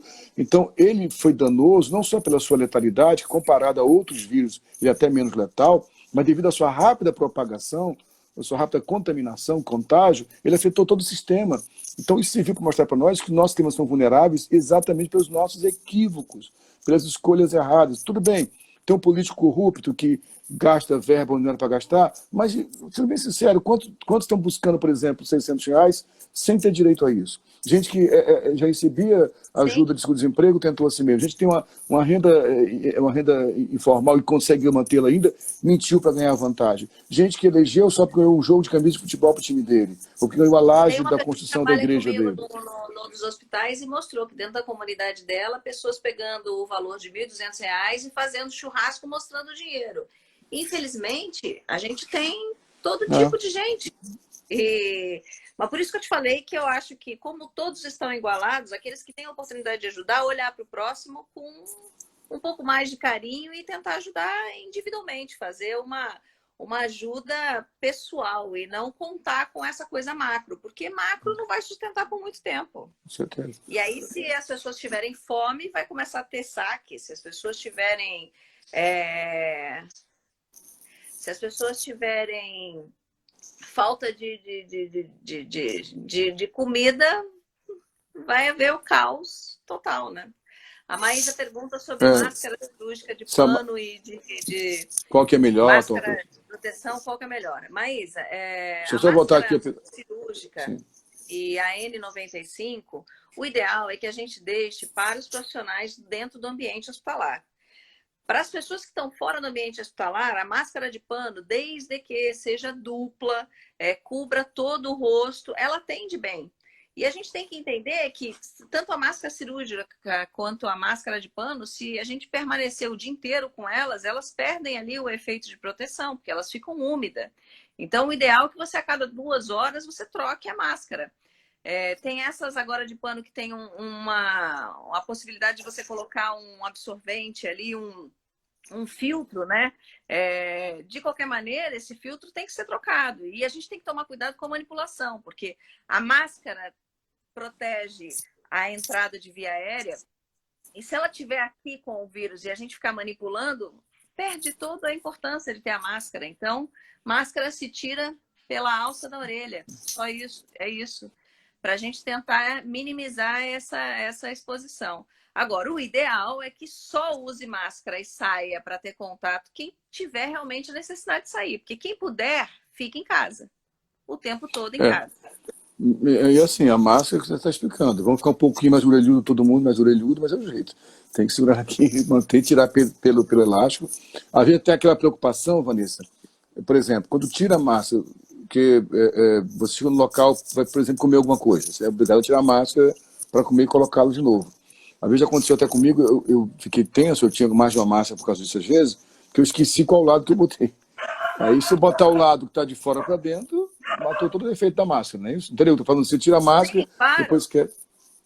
O ideal é que a hora que você tire a máscara, você dobre ela ao meio e coloque um papel por fora para você poder mexer. E deixe só os elásticos para fora desse papel. Esse é o ideal. O papel, beleza. Uma boa ideia do papel. A Filócia pergunta, em caso de infectado ir para atendimento e não ter vagas para internação, que é o que a senhora orienta. Na realidade, assim, se tiver indicação de internação, não tem jeito, vai ter que procurar o atendimento. A questão toda é ter ali o bom senso, porque as pessoas estão... eu estou com uma gripe, quero ver se é coronavírus, né? Eu quero fazer o teste. Isso não é uma opção. A gente não vai para o hospital fazer o teste. Inclusive, se você chega na emergência e tem sintomas suspeitos, você não é testado. Você é orientado e retorna para casa. Se você tiver indicação de internação, aí sim você é testado. Então, eu acho que avaliar os sintomas em casa. A gente está com febre, vai tomar um antitérmico. A gente está com o nariz entupido, vai lavar o nariz com soro, usar um rinossoro. Agora, a gente está com desconforto respiratório, a gente está cansado. Aí sim você vai procurar atendimento, porque isso pode ser uma evolução desfavorável da doença. E aí não tem jeito, você vai ficar à mercê do sistema de saúde que você tem acesso e como ele está no momento que você procurar o atendimento. Então não tem como fazer uma orientação, deixa de ir para atendimento e fica em casa tratando de alguma outra forma. Só é para ir para atendimento quem realmente tiver necessidade. Então, para o caso da igreja, até me dispus com a Patrícia, da gente tentar fazer uma orientação prévia. Você não está se sentindo bem, a gente tenta fazer um contato para fazer uma orientação. Mas qual é o momento de ir para o hospital? O momento que você realmente está se sentindo muito mal. Porque, senão, se você não é Covid positivo, você pode se tornar lá, se contaminar com a área de exposição do local. Não tem jeito. Esse cansaço que os médicos tanto falam, já tem a ver com a pneumonia, não? Né? Esse cansaço excessivo que a pessoa tem? Tem a ver com comprometimento. Sim, tem um cansaço de dor no corpo, de estar moído, né? Parece que eu apanhei. Isso. Esse é um tipo de cansaço. Mas o desconforto respiratório tem a ver com comprometimento pulmonar, sim.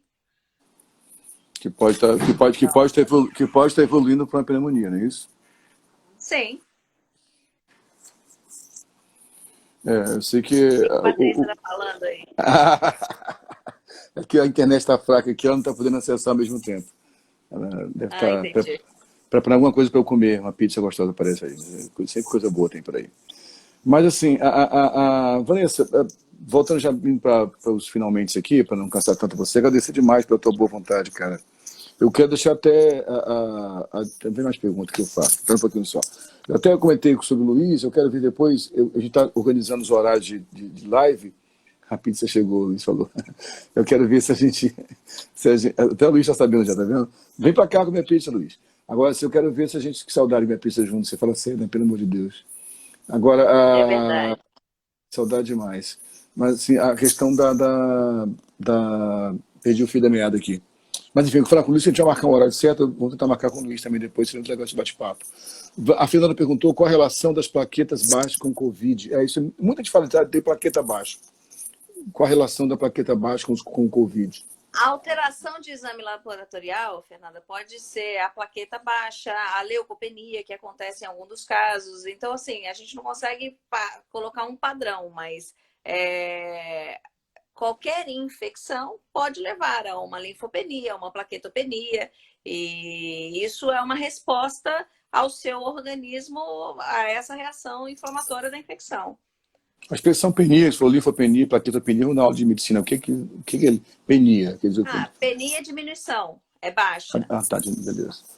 Uma pessoa tem os sintomas, deu positivo, passou os 14 dias, os sintomas passaram também, mas o exame continua dando positivo. Ela continua transmitindo? Então, que exame, Débora? Se é o IgG, Ah, o IgM lá, a gente imagina que são os anticorpos sendo criados. O IgM não, né? O IgM significa doença ativa, mas o IgG sim. Então depende do exame. Agora, continua sendo transmitido? A gente acredita que não, porque a gente pede depois de 14 dias do resultado positivo ou dos sintomas terem aparecido, você pode retomar o seu contato com os demais. E a gente não está testando todo mundo, mas isso a gente vai escrever a história, a gente vai entender com o passar do tempo. Não infelizmente, é tem assim como mesmo. fazer nenhuma garantia nesse momento para essa doença. A garantia é se isolar, ficar em casa, não ter contato com outras pessoas e com nada que venha de fora, você está garantido que você não vai se contaminar.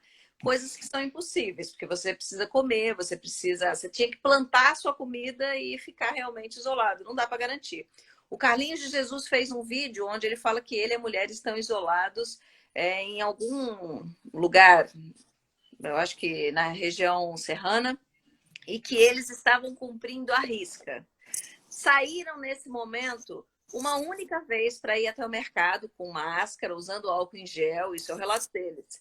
E dias depois disso, eles apresentaram os sintomas.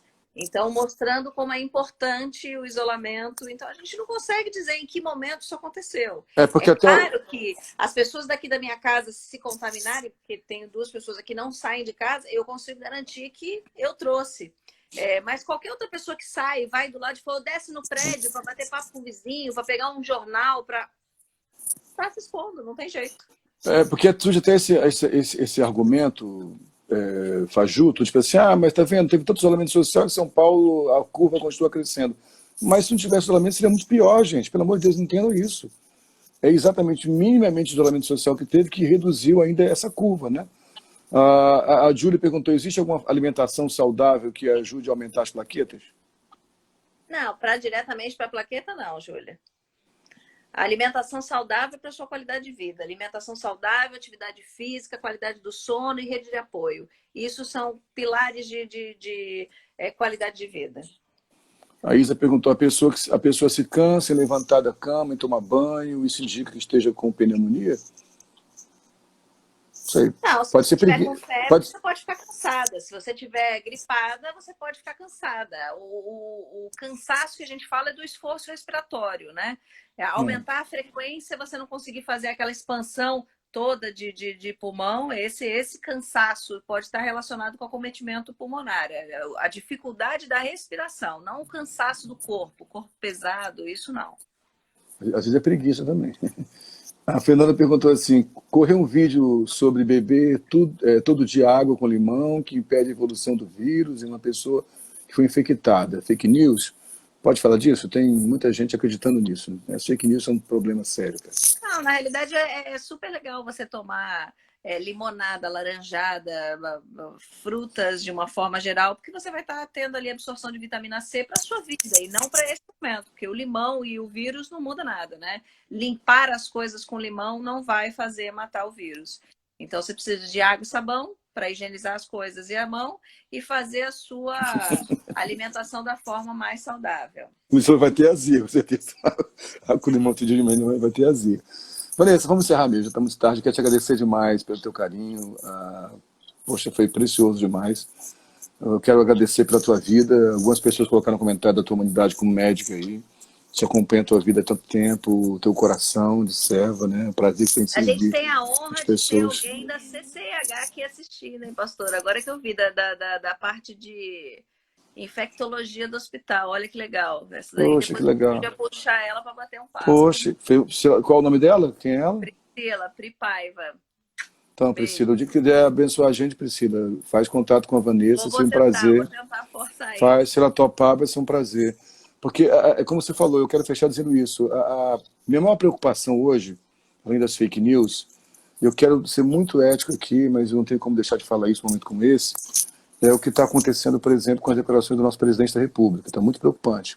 Ele é o pai da nação, é alguém que tem que passar uma palavra de equilíbrio e não importa quem votou ou não votou nele, não quero entrar nessa questão aqui agora, ele é o presidente da nação inteira. E está sendo uma pena ver o que está acontecendo, está sendo uma pena a forma que está sendo tratada essa questão pelo nosso presidente e não levem a sério o que ele está falando no sentido de tratar o isolamento social como banalidade, que não é banalidade, Não. não é besteira, não é frescura, isso é uma coisa muito séria. Eu quero trazer uma palavra para os irmãos com todo respeito ao seu pastor. Se o seu pastor falar algo diferente disso, ele está equivocado. Nós temos opinião séria de médicos, é um tempo, acima de tudo, da igreja não ter pressa de sair do barco, como disse o Paulo Júnior na nossa live. Tem que estar dentro do barco com todo mundo, sendo igreja, tendo paciência para esse momento. Porque senão nós vamos perder a oportunidade de sermos igreja e trazer uma resposta para um tempo de crise como esse. Eu até entendo que ele, como homem, pode pensar o que ele quiser, né? Os absurdos da mente dele passam pela mente dele, mas ele não tem que exteriorizar isso, ele tem que ter muito cuidado. Isso. Quando ele fala, ele está falando para outras pessoas. Eu, numa responsabilidade muito maior, aqui a gente tem 40 pessoas ouvindo as asneiras do pensamento da Vanessa, eu não posso fazer isso, né? Se houver alguma aqui, eu tenho que tentar expor o que é coerente, o que está confirmado, o que está...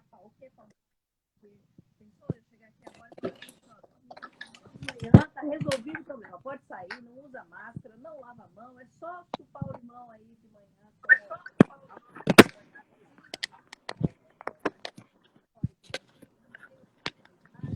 Tem a história do Brasil aqui já com 30 dias.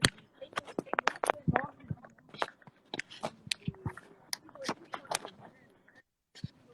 Tua voz ficou baixa, Vanessa. Então, melhorou? Melhorou. É porque eu boto a mão aqui embaixo, desculpa. Coisa de quem não mexe no celular. E a gente vê tudo isso acontecendo, não tem como não acreditar e entender que existem pessoas sérias falando. Então, assim, infelizmente, ele fala o que passa pela cabeça. Eu entendo que ele tem uma preocupação econômica, mas... Que é justa a preocupação.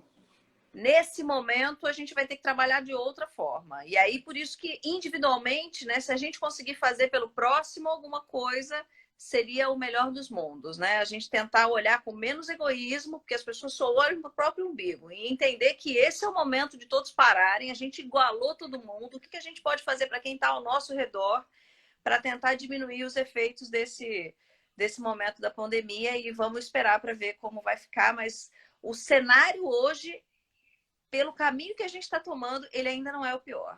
Por isso que é importante reforçar. Quem puder, fique em casa. E quem não puder, tome o máximo de cuidado possível. E isso não te garante que você não seja contaminado pelo vírus e não desenvolva, né, os sintomas. Né? Porque o ser contaminado é o menor dos problemas. O problema é você ser acometido pela a forma com um desfecho desfavorável aí. Porque a grande questão que alguns batem no peito e falam: eu não tenho medo, eu tenho fé, eu vou enfrentar isso aí, eu tenho a vida eterna garantida. O problema todo, meu irmão, é que você afeta pessoas à sua volta, isso é a falta de amor ao próximo. Outra questão, você afeta um sistema de saúde que está danificado, você afeta os médicos que trabalham em toda a área de saúde. E tem mais uma questão, nós cremos na vida eterna, eu creio piamente nisso, mas o sofrimento dessa doença, em alguns casos mais graves, é terrível. Então tem que levar isso a sério, com todo respeito ao presidente da República, não é hora de ficar levando essa conversa, de ficar ouvindo falar uma coisa, tu fala outra. Temos que ouvir os especialistas, nós temos um organismo, que é a Organização Mundial de Saúde, se levantou de tudo, que a OMS é de esquerda, que o presidente da OMS é comunista. Para com esse tipo de conversa, gente. Nós temos uma Organização Mundial de Saúde, temos um Ministério da Saúde, o atual ministro da Saúde já está dizendo a mesma coisa que o Mandetta dizia, então não entre nessa. Ao mesmo tempo, deixa eu dar uma palavra final aqui, desculpa, Vanessa, rapidamente. Cuidado em não transformar isso em uma briga política. Temos que ser cristãos nessa hora. Eu discordo, vou ser bem claro, discordo plenamente da posição do nosso presidente. Discordo plenamente do que ele está falando, mas não é hora de ficar entrando em briga. Não é hora de usar a rede social e ficar batendo debate político. Não há santos nessa história. Não há pessoas ingênuas aí. Isso é um jogo político. Todos têm interesse. Nós temos que pensar como cristãos que somos, com uma palavra de paz e de esperança, e orar sim. Ele é o presidente eleito que está lá agora.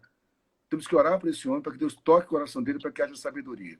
Você tem todo o direito, assim como a Vanessa falou que é um fato, o que o presidente pensa, não pode ficar externando toda hora, você tem todo o direito de pensar o que quiser pensar sobre o presidente, mas pare de externar isso em redes sociais, criando mais clima de tensão. Nós somos chamados para sermos pacificadores. O nosso ministério, diz a palavra de Deus, é o ministério da reconciliação, não da divisão, não da contenda, que possamos ser luz nessa hora. Amém, Vanessa? Minha irmã, Amém. eu queria orar, e você representando todo o corpo médico. Eu, de verdade, sem temer ser piegas aqui, eu estou muito emocionado em ver a postura da equipe, das pessoas da área de saúde. Alguém vai dizer: mas é profissional, ele ganha para isso. Não é só isso não, gente. Os caras estão abrindo mão da família, abrindo mão de tudo. É verdade. Gente que foi recuperada e voltou. São os atuais sacerdotes, estão exercendo o sacerdócio. E oremos por esses homens e mulheres, né? Por os mais simples desse grupo, como os maqueiros, os recepcionistas, o pessoal da limpeza, a segurança, os motoristas de ambulância, enfim. Meu Deus, tanta gente pagando um preço caro. E que nós possamos, em nome de Jesus, nesse momento, termos misericórdia de todos e orarmos para que Deus tenha misericórdia de nós. E fazemos o que foi dito aqui de maneira prática. Evitarmos sair de casa, só saímos no último caso, sempre nos preservando. E trazemos um ambiente de paz, da paz que excede a todo entendimento humano. Se eu, como cristão, ficar usando minha rede social, ficar brigando a favor ou contra o presidente, eu não trago nada de positivo nesse momento. Para que os médicos cuidem da parte deles, nós precisamos, inclusive, de um ambiente de paz em volta dos pacientes, das famílias, dos médicos também, porque tudo isso vai para a mente da pessoa. Amém? Quando dar o teu boa noite final para a gente orar e se despede da gente aí, que você falar, fica à vontade, fica livre. Não, fiquem em casa, higienize as mãos, se cuidem, é um momento de reflexão, é um momento de conhecimento, é um momento de aprender a conviver com os seus aí dentro do seu ambiente, o momento de cozinhar, o momento de conhecer novas oportunidades com poucas coisas. Eu acho que é uma oportunidade que a gente possa tirar o melhor proveito desse momento. Que eu agradeço estar aqui com vocês e amo sua família. Obrigada mais uma vez. Bem, vamos orar então, encerrando. A Vanessa, que é uma médica, vai representar toda essa equipe da área de saúde. Orando por ela, oramos por toda a equipe. Sintam-se abraçados por nós. Você que é médico, enfermeiro, você que é maqueiro, você que é assistente social, fisioterapeuta, psicólogo, trabalha no hospital, você que serve o cafezinho no hospital, você que faz limpeza no hospital, segurança, porteiro, recepcionista, enfim, que se sinta representado pela doutora Vanessa quando vamos orar agora, amém? Coloque a mão no teu coração, por favor, que orar por você, representando toda a equipe médica. Pai, eu quero orar pela Vanessa, pelo Luiz, seu esposo também é médico, e através desse casal representar toda a área envolvida na saúde. Eu quero te agradecer por essas pessoas que entenderam a sua vocação, ou que às vezes, sem saber o que estavam fazendo, entraram em uma guerra que a nossa geração, nem todo esse século viu. Papai, eu peço que o Senhor cubra esses homens e mulheres com a tua graça, com o teu amor, guarde a vida deles, aqueles que estão longe das suas famílias, para cuidarem das nossas famílias. Eu oro pela nação brasileira, nos traga sensibilidade. Ó Deus amado, que os nossos líderes da nação, os políticos, os juristas, enfim, Deus amado, entendam que é um momento de paz, que todo egoísmo, que toda infantilização desses homens caia por terra, para que amadureçam e entendam que é necessário ter equilíbrio. Eu oro também pelos pastores, líderes espirituais, que eles entendam o tempo de aquietar-se, sem pressa de manter estrutura, mas cuidarmos das relações, que é o que importa de fato. Eu oro finalmente para aqueles que estão enfermos, pelos parentes de pessoas enfermas. Há muitas pessoas enfermas em nossa igreja, amigos da igreja que foram contaminados, que a tua mão os alcance. Eu agradeço por ver aqueles que estão se recuperando, como no caso do Evanildo, mas os que estão graves também, que o Senhor tem misericórdia. Eu oro pelos corações enlutados, que são muitos, Deus amado. Eu te peço, nos dê estrutura emocional e espiritual para suportar o que vem pela frente, não havendo uma mudança drástica, e parece que não haverá, Senhor. Talvez tenhamos um mês muito duro. E sem querer ser profeta da desgraça, eu tenho consciência disso. Então, eu te peço misericórdia, prepara o nosso coração, e se possível for, que o povo acorde para evitar essa desgraça maior, Pai. Te agradeço por essa noite, por esse tempo, em nome de Jesus. Amém? Obrigado, Ivan. Deus abençoe a sua vida, abençoe a sua equipe. Obrigado, Luiz, por ceder a Vanessa para nós aí. E amanhã, meus irmãos, às 10 da manhã, será a ceia do Senhor da nossa igreja, a ceia virtual. Então, na sua casa, arrume o pão, o suco de uva, o vinho, você vai cear com a sua família. Mande fotos para nós da comunhão, né? Às 10 da manhã, pelo YouTube. Amanhã você transmite também pelo Instagram. E amanhã não, perdão, domingo, hoje é sexta-feira, desculpa, gente. Amanhã, às 18 horas, tem Rede Conectada. Rede Jovem está amanhã às 18 horas, na live aqui no Instagram e no YouTube. E domingo, às 10 da manhã, o nosso culto. Deus abençoe a todos. Vanessa, um beijo no coração. Fique na paz. Muita gente querida aí. Beijo, Gabi. Beijo, Dai, Claudinha. Um beijo a todo mundo. Obrigada, pastor. Dá um beijo na pastora Patrícia. Que Deus abençoe vocês e tamo junto. Precisando, estou aqui. Beijo. Que a paz do nosso Senhor Jesus, o amor de Deus e a comunhão do Espírito Santo sejam com todos. Fique na paz. Um beijão. Beijão. Tchau, tchau.